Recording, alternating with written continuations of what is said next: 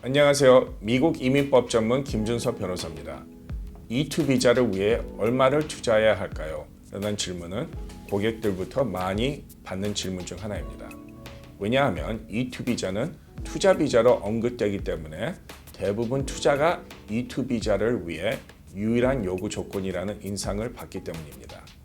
그러나 실제로는 투자금 외에 다양한 요소들을 고려하여 심사하기 때문에 E2 비자를 성공적으로 받으려면 5-6가지 요소들의 균형을 맞출 필요가 있다고 말씀드립니다.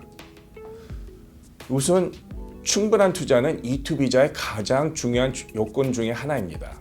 하지만 투자가 충분한가 하는 것은 투자하는 사업의 종류에 따라 달라질 수 있고 투자 액수가 전체 사업체의 규모의 얼마만큼의 비중을 차지하는가가 판단 기준이 될 수 있습니다. 예를 들어 10만 불 이하의 소규모 사업체라면 100% 가까운 투자 비율이 이루어져야 됩니다. 그러나 100만 불 이상의 사업체라면 100% 투자 비율이 아니더라도 가능할 수 있습니다. 즉 소규모 사업체에 대한 10만 불은 충분한 투자라고 볼 수 있지만 큰 사업체에 대한 10만 불 투자는 충분한 투자로 여겨지지 않을 수 있다는 것입니다.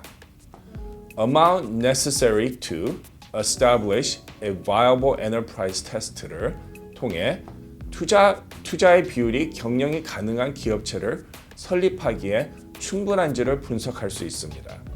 예를 들어 자동차 공장에 10만 불 투자하는 것은 이 테스트를 통과하지 못할 수 있습니다.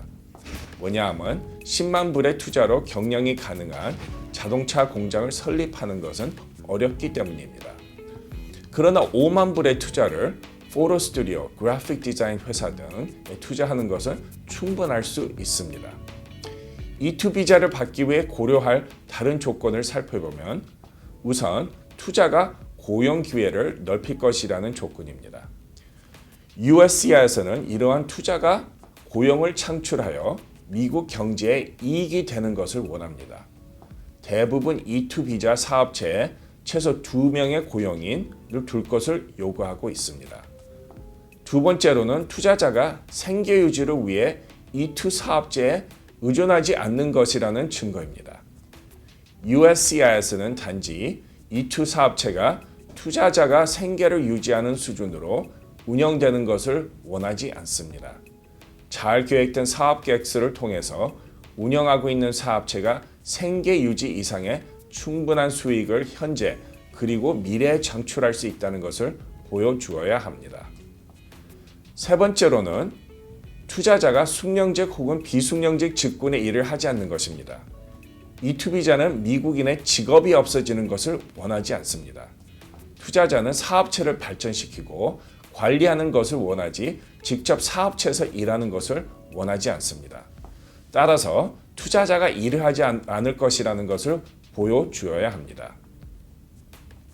E2 비자는 위에 제시된 여러 가지 요소들의 균형을 잘 맞춰야 합니다. 만약 투자 금액이 좀 부족하면 잘 계획된 사업 계획과 고용인 창출에 관한 조건을 강조할 필요가 있고 만약 수입이 부족하면 투자자가 다른 수입원을 가지고 있음을 강조 필요가 있습니다. 앞서 말씀드린 모든 요건들을 잘 분석하여 계획을 세운다면 E2 비자를 획득할 수 있을 것입니다. 이상 미국 이민법 전문 김준서 변호사였습니다. 감사합니다.